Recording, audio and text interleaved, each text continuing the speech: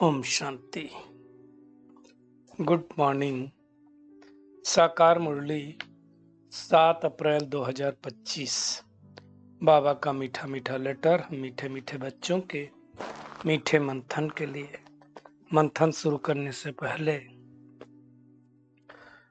ज्ञान सूर्य शिव बाबा की लाइट और माइट भरी किरणों के नीचे बैठ जाते हैं और अनुभव करते हैं कि मैं लाइट स्वरूप माइट स्वरूप आत्मा हूँ। आज की साकार मुरली फिर से दैवी गुणों के ऊपर पूरी मुरली आई है। बाबा हमें दैवी गुण सिखा करके परफेक्ट बनाना चाहता है, डिफेक्ट से मुक्त बनाना चाहता है।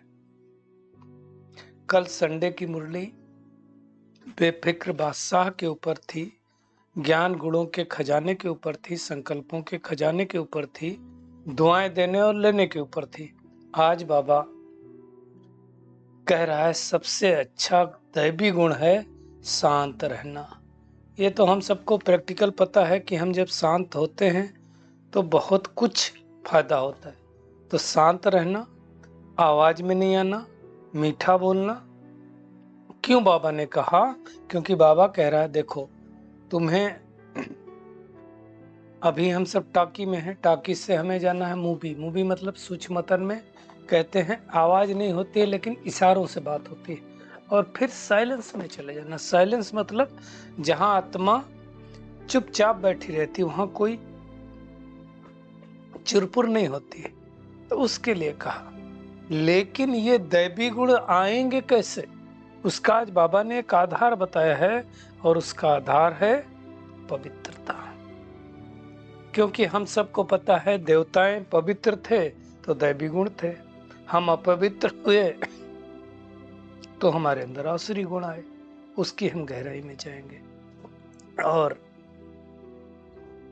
एक बात आई है कि अब हमारी बिगड़ चुकी सब दुनिया में। कहते हैं ना थोड़ा इन समय इनकी बिगड़ी हुई है। बिगड़ी हुई है मतलब क्या बिगड़ा हुआ? कई लोग कहेंगे किस्मत बिगड़ी हुई है, मतलब जो कुछ हमारे साथ हो रहा हो सब बिगड़ा हुआ है। तो अब इस कलयुग के अंत में सबकी बिगड़ी हुई है। तो बिगड़ी को बनाने वाला कौन है?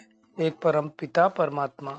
और ये बात आज के गीत के साथ भी जाता है।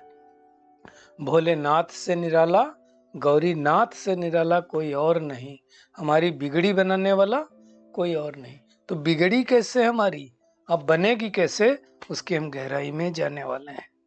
क्योंकि आज दुनिया में तो अनेक मतांतर हैं, तो उस पर भी हम देखेंगे। और बाबा ने आज फिर से कहा कि पतित पावन मैं आत्मा हूं, मैं परमात्मा हूं।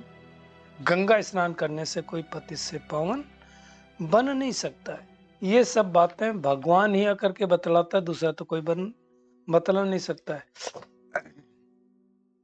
बाबा ने कहा कि जब कोई प्रदर्शनी करो, सेवा की बात है, तो बड़े धैर्य से समझाना चाहिए।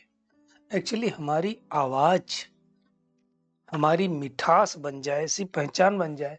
आज तो बाबा ने पूरा दैवी गुणों के ऊपर भी कहा। जोर जोर से बोलना भी क्या है, दैवी गुण थोड़ी है।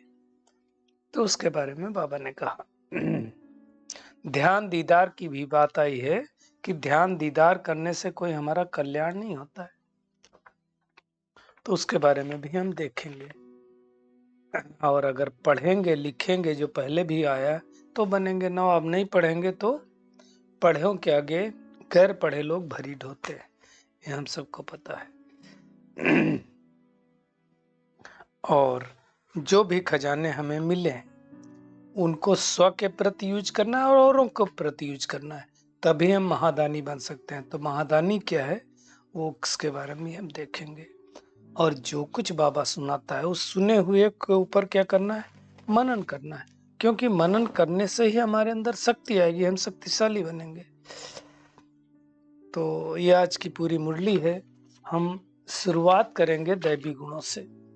देखिए बहुत सारे दैवी गुण हैं, हम सबको पता है कि हमारे 36 दैवी गुण हैं। लेकिन बाबा आज कह रहा है सबसे अच्छा गुण है शांत रहना।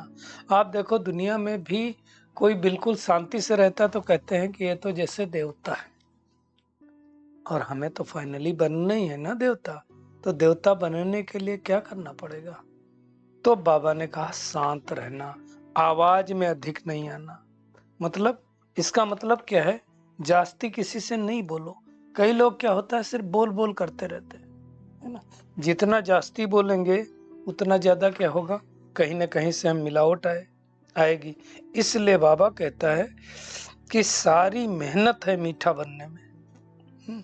मीठा हो, आवाज भी ना हो, कोई आए तो देखे कैसे बातें करते हैं, कितनी साइलेंस इनके पास, लड़ना झगड़ना ना हो। अब आप देखो कई लोग होता तेज तेज बोलते रहते हैं, है ना। एक तो क्या होता है ज्यादा बोलते रहते हैं और तेज तेज बोलते रहते हैं। तो ये समझना अगर हम ज्यादा बोल रहे हैं तो कहाँ से लाएंगे, कुछ ना कुछ तो मिक्सचरिटी करनी पड़ेगी। इसलिए बाबा क्या कहता है, सबसे अच्छा गुण है चुप हो जाओ। वैसे बाबा कई बार मुरलियों में बता चुका है कि ताली एक हाथ से बजती दो हाथ से, दो हाथ से। तो बाबा कहता है तुम मुख की ताली नहीं बजाओ।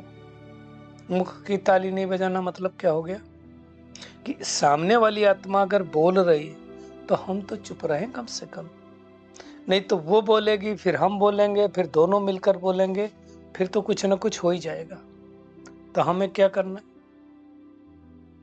अपने अंदर वो परिवर्तन लेकर के आना है। वो परिवर्तन लाने के लिए हमें क्या करना पड़ेगा, मेहनत करनी पड़ेगी। और मेहनत यही है कि जास्ती नहीं बोलना है, इसके बाद मीठा बोलना है। थोड़ा बोलेंगे तो हम मीठा बोलेंगे, क्योंकि फाइनली तो हमें साइलेंस में जाना है। कई लोग होता हम देखते बोलते रहते। वैसे एक बात आपने गौर की होगी, जो लोग ज्यादा बोलते हैं उनको लोग पसंद करते हैं क्या? लोग तो बोलेंगे पता नहीं अभी आया है थोड़ी देर तो दिमाग का दही बनाएगा, ऐसा लोग बोलते हैं। मेरे को इस बात में बहुत हंसने को आया। एक भाई ने कहा ये हमारे दिमाग का भी दही बनाएगा। तो मैंने सोचा दिमाग का दही कैसे बन सकता है? तो कई लोग ऐसी ऐसी बातें करते हैं, क्यों करते होंगे? मतलब उसका अभिप्राय है कि अब ये क्या करेगा, बहुत सारी बोल बोल करके हमारे दिमाग को क्या करेगा। अब सामने वाले का काम है बोलना। आपके दिमाग का दही बनना नहीं बनना है किसके हाथ में? ये तो आपके हाथ में है ना, आप कर सकते हैं ना। परंतु करने के लिए क्या चाहिए, शक्ति चाहिए। तो हमें दैवी गुण धारण करने हैं, है ना। जितना जितना हमारे अंदर दिव्यता आती जाएगी, दैवी गुण आते जाएंगे, उतना उतना श्रेष्ठ होते जाएंगे। दैवी गुण तो हमारे पास बहुत हैं, 36 गुण हैं, लेकिन हमने कितना धारण किया। तो उसमें से आज बाबा जो कुछ गुण बता रहा है, तो पहला गुण कम बोलना है, जो हमारा स्लोगन भी है, धीमे बोलना है, मीठे बोलना है, जिससे सामने वाली आत्मा को लगे कि रायल घराने का है। और उसके लिए क्या करना है, मुख से ज्ञान रतन ही निकले। और ज्ञान रतन निकलेंगे तो जब आप जहां पर रहते हैं वहां का वातावरण कैसा हो जाएगा, मीठा हो जाएगा। अगर आपके बारे में 10 आत्माओं ने बोल दिया कि बहुत अच्छा बोलते हैं, बहुत मीठा बोलते हैं, तो आपको तो दुआएं मिल गई ना। और कल बाबा ने कहा सबसे बड़ा खजाना कौन सा है, दुआओं का खजाना है। तो करें ना, यही तो मेहनत करनी है हमको। कौन करेगा? जो सयाने बच्चे होंगे ना, श्रेष्ठ बच्चे होंगे, इन बातों को ध्यान दे करके और अपने आप को कम से कम इसमें तो परिवर्तित कर लें। नम्रता से तो बोले, धीरे से तो बोले। नम्र भी नहीं होते। नम्र एक दैवी गुण है, नम्रता का। धीरज, एक हमारा गीत भी ना, धीरज धर मनुआ। धीरज भी एक गुण है, लेकिन कई लोग बोलते कब तक धीरज धरे। धीरज तो जितना धीरज धरेंगे उतना हमारा फायदा होगा। जल्दबाजी का संस्कार कई लोगों का होता है ना, मेरा भी था, अभी नहीं है। हर काम में जल्दबाजी, जल्दी करो जल्दी करो जल्दी करो। ये संस्कार भी हमें दुख देता है, क्योंकि देखो फाइनली तो हमें क्या करना है। अभी हम टाकी में हैं, टाकी से फिर कहाँ जाना है, मूवी में जाना है। मूवी मतलब जहां आपको शायद पता हो कि पहले जब मूवी बनी थी तो आवाज नहीं थी, खाली मूवी दिखती थी और बाबा कहता है फाइनली तुमको साइलेंस में जाना है, तो जितना हो सके साइलेंस में बैठने का अभ्यास करना है, मेहनत करनी है। जितने जितने दैवी गुण हमारे अंदर आते जाएंगे उतना उतना हम श्रेष्ठ बनते जाएंगे, अर्थात देवी देवता बन जाएंगे। अब ये समझने की बात यह है कि दैवी गुण थे हमारे अंदर, हम देवता थे, मतलब सतयुग से सृष्टि की शुरुआत हुई, तो ये आसुरी गुण आए कहां से? अब क्या हुआ कि 2 युग जब बीते, 2 युग बोलते तो आत्मा की बैटरी डिस्चार्ज हुई, मतलब जो 16 कलाएं थी 8 कलाएं हुई, तो 8 कला वाली जो कम हो गई उसके वैक्यूम को भरने के लिए हमारे अंदर नकारात्मकता आई। जैसे आप कोई खेत खाली पड़ा हो, कोई फसल ना बोई गई हो, तो उसमें घास फूस जमता है, तो वैसे हो गया बैटरी जब खाली हो गई तो उस खाली जगह को भरने के लिए आसुरी गुण आ गए। आसुरी गुण क्या होते हैं वो हम सबको पता है, काम, क्रोध, लोभ, मोह, अहंकार, ईर्ष्या, द्वेष, नफरत, आलस, अलबेलापन, ये सब आते गए, उनका स्थान ले लिया। और धीरे धीरे धीरे धीरे हम सब आत्माएं जो सतो प्रधान थी सतयुग में सतो बनी, द्वापर में रजो बनी, कलयुग में तमो बनी, आदि में और अंत में तमो प्रधान बन गई। अब जब हम तमो प्रधान बन गए अर्थात दैवी गुणों से आसुरी गुणों वाला बन गए, अब वापस दैवी गुणों वाला बनाए कौन बनाएगा? तो ये बड़ी बात है, उनको बनाने के लिए कोई तो चाहिए, और वो बनाने वाला है परमपिता परमात्मा।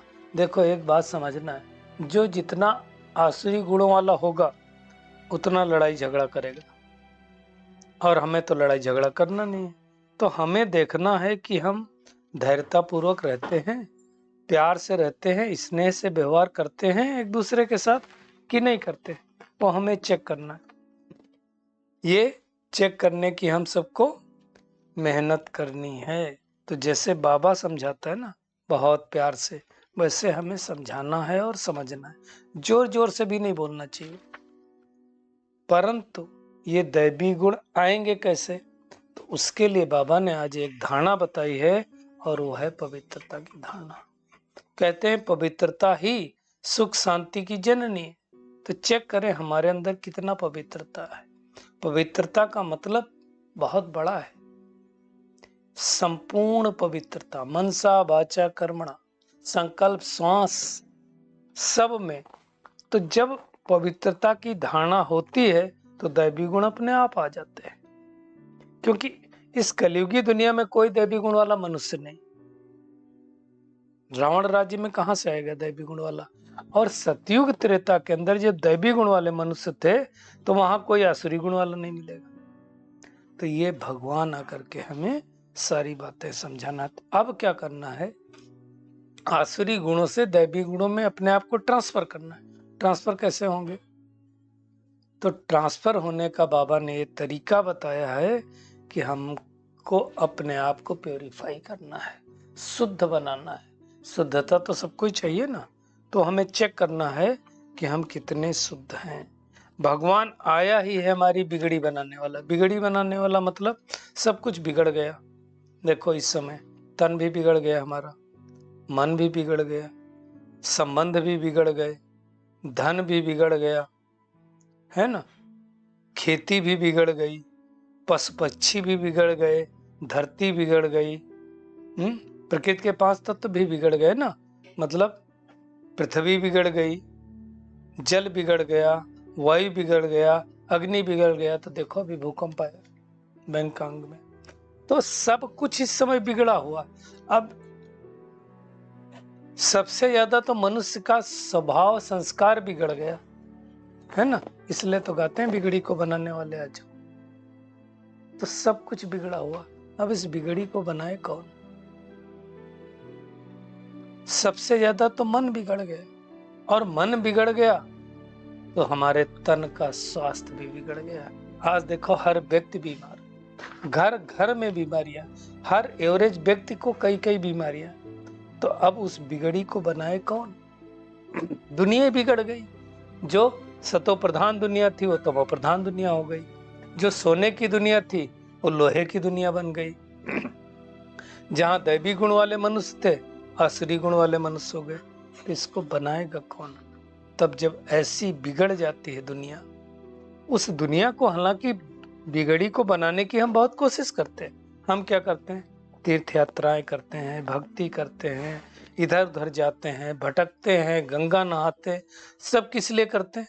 करते तो बिगड़ी को बनाने के लिए, लेकिन दुर्भाग्य वो बिगड़ी और बिगड़ती जाती है धीरे धीरे। आज देखो, जितना हम ठीक करने की कोशिश करते हैं उतना बिगड़ रही है।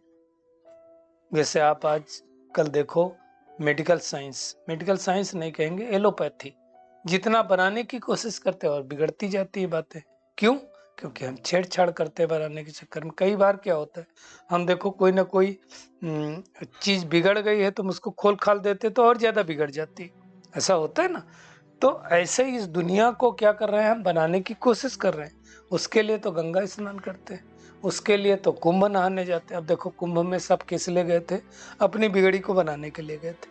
लेकिन क्या हुआ? भगदड़ मच गई तो बिगड़ी बनी की और बिगड़ गई। अब परिवार वालों ने शरीर छोड़ दिया, संबंधियों ने शरीर छोड़ दिया, तो बिगड़ी और बिगड़ गई। तो ध्यान रहे, बिगड़ी को बनाने वाला कोई और है, और वो निराकार परमपिता परमात्मा शिव है। उसके अलावा कोई नहीं बना सकता। वही पतितों को पावन बनाना है। तो वो इस सृष्टि पर आता है सदगति देने के लिए। जब सृष्टि बिगड़ जाती है संपूर्ण रीति से, जैसे बिगड़ी हुई है, तो उसको आकर के बनाता है, अर्थात कलयुगी से सतयुगी बनाता है। इसलिए हम सब ने लाभ इंट्रापी पढ़ा कि कलयुग अपने आप बना सतयुग से। ऊपर से कोई चीज नीचे अपने आप गिरती है, लेकिन नीचे से ऊपर जाने के लिए एक्सटर्नल फोर्स की जरूरत होती है। वो परमात्मा का फोर्स है। तो ये सब बातें अच्छी तरह से समझाना है, समझना है ना। नहीं तो दुनिया में सत्संग तो कितना होता है ना। बहुत सारे लोग सत्संग जाते हैं, कई लोग फिर होते हैं जो जाते नहीं, मायावी बातों में मस्त रहते हैं। अब तुमको पता है कि कलयुग का भी अंत है। देखो, एक बात मुझे बहुत अच्छी लगी। उस दिन एक भाई आए थे जो बता रहे थे कि 80% लोगों को कुछ फर्क नहीं पड़ता है आप क्या करते हो। 10% लोग सेंसिटिव होते हैं जो आपकी बातें ध्यान से सुनेंगे, और 10% ऐसे लोग होंगे जो आपको क्रिटिसाइज करेंगे। तो 80% को तो ऐसे ही छोड़ दो। 10% लोगों को जो ठीक से सुन रहे हैं उनको सुनाओ। 10% तो क्रिटिसाइज ही करेंगे, तो उनमें जाना नहीं। एक्चुअली दुनिया की गलती भी नहीं, बेचारे वेद शास्त्र पढ़ करके कोई कहेगा 10,000 वर्ष दुनिया चलेगी, कोई कहेगा 40,000 वर्ष चलेगी, कोई लाखों वर्ष बताएगा, तो कंफ्यूज हो ही जाएंगे। तो अब हमें मुख्य बात है कि अब हमें भगवान आया है परिवर्तन करने के लिए, तो अपने आप को परिवर्तन करना है। दैवी गुण धारण करने तो यहाँ लड़ते रहते, अनेक धर्म हो गए तो लड़ते रहते हैं, क्योंकि हम सब क्या हो गया, उजारे से अंधियारे में आ गए, तमो प्रधान हो गया ना। तो ये सारी बातें सबको समझाना है, और बहुत धैर्य से समझाना है। धैर्यता भाई एक गुण है। नहीं तो क्या होता, कई बार नहीं समझता तो क्या कहते हैं, तुमको सीधी तरह से बात समझ में नहीं आती।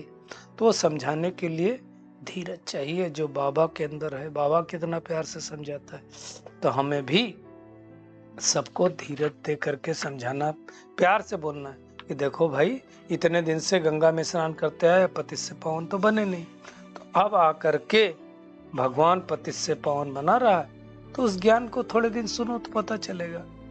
बाबा ने कहा कि माताओं द्वारा मुक्ति जीवन मुक्ति का गेट खोलता हूँ। तो कितना बातों की बाबा महिमा करता है ना। तो बाबा करके ज्ञान का कलश भी माताओं पर रखता है, और माताएं फिर दूसरों को सुनाती। इसलिए ये सारी बातें प्यार से सबको समझाना है। आज बाबा ने ध्यान दीदार की भी बात की कि कई बच्चे बाबा के सामने बैठते थे तो ध्यान में चले जाते थे।